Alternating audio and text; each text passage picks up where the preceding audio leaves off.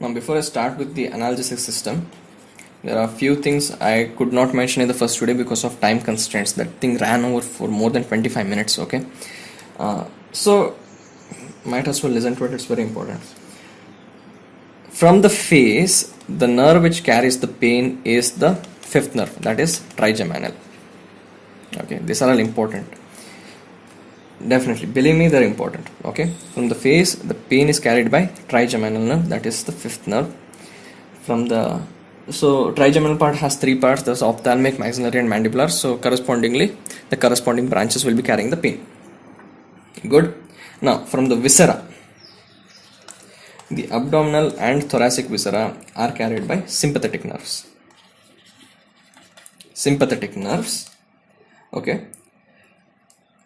From the esophagus and above, so esophagus, trachea, pharynx, okay, might as well mention that, and pharynx, they are supplied, the pain is carried by 10th nerve, that is vagus, and we have the 9th nerve, that is the glossopharyngeal.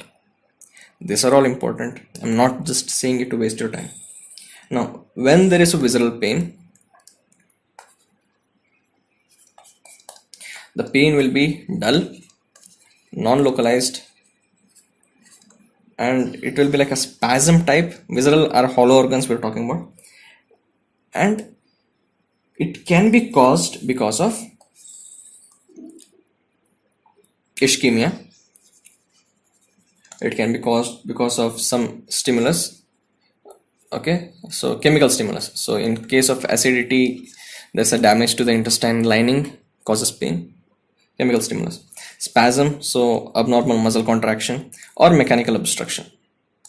So imagine the ureter, it has a calculi in between it, there's mechanical obstruction, causes pain. Ischemia causes pain in any part of the body. Ischemia causes pain. Okay, those are the muscles crying for oxygen in a poetic way. Visceral are dull and non-localized. Why? One way of thinking is, since we have never actually seen those organs and we cannot mentally correlate their location to the pain occurring from inside our body. So that's why they're non-localized. But other thing could also be that the nerve supply is pretty wide. Okay, so we'll come to the anesthetic system proper. Anesthetic system is a analgesic system. Sorry, analgesic system is a system in our body which provides us short-term relief from the pain that we are feeling. It is an endogenous mechanism, so it can also be called the endogenous analgesic system.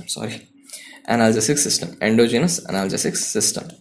It can be from physical pain or it can be from mental pain. Okay, now the pathway is descending. Okay, why is it descending? The pain pathway, which we know, it starts from here, posterior horn, goes up thalamus and cortex. Okay. I'm drawing the simpler one because we already ate a lot of time in the previous one.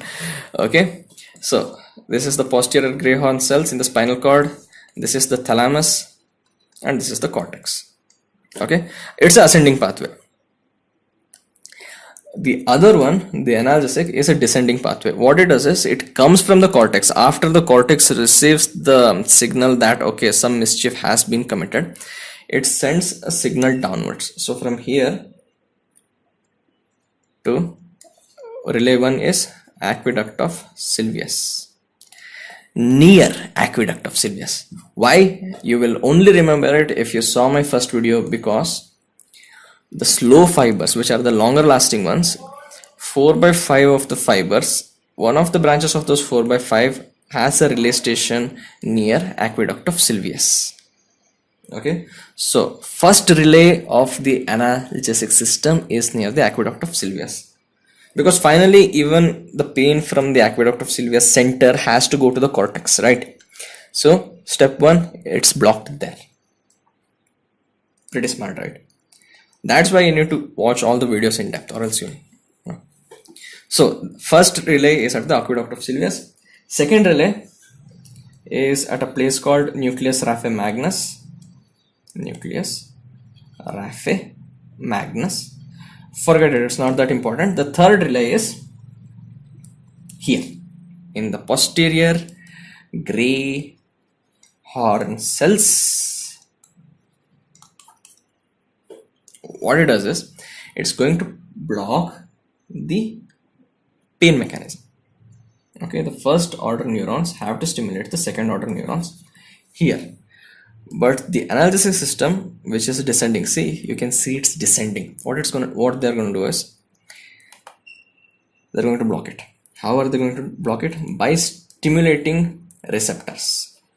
Now, if you people have watched my video on Dale's vasomotor reverse and re-reversal, it's currently the most popular video on my channel as of this date. It might change in the future, but now I mentioned in that any chemical, any drug, any hormone, anything, for it to work on your body, it has to go through a receptor. It has to come and sit on a receptor, and the receptor will then do a lot of things, and then we have the action coming up. You can't directly send a drug to the DNA to make it do some work. It's not possible. Even steroid hormones, though they enter the cell, they bind to intracytoplasmic receptors and then they do their action. So you need them to bind to the receptors. So what receptors are we looking at here? We are looking at two. First, we have the serotonin receptors and we have the opioid receptors. What are the neurotransmitters that are stimulating them? We have enkephalin, endorphin, and dynorphin. Don't worry, all of this is in the notes and the link is in the description for the Facebook group where you can get them. And please be a part of the Facebook group. It's going to be really useful. We're going to update MCQs on a regular, if not daily basis. Okay, that's it. Okay, the pain is an ascending pathway. When it reaches the cortex, your brain sends a descending signal. That's the analgesic system, which first acts at the aqueduct level, Aqueduct of Sylvius level, because that's where one of the lower relay centers are. Then it goes to nucleus raphe magnus, then to the posterior gray horn cells, where it inhibits the transmission from the first order neurons to second order neurons by activating the receptors of serotonin and opioid. One more important point, if you're in first year, you should know that opioid drugs are the best type of analgesics that you can give in clinical practice, but they are avoided because opioids are highly addictive.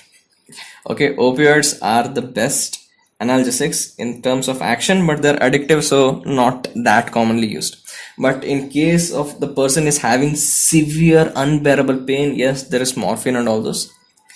Opioids, best analgesics, you need to know that. Good, we are finished with this video. Go check out the Facebook group, you'll love it. If you want, you can also follow me on Instagram and subscribe.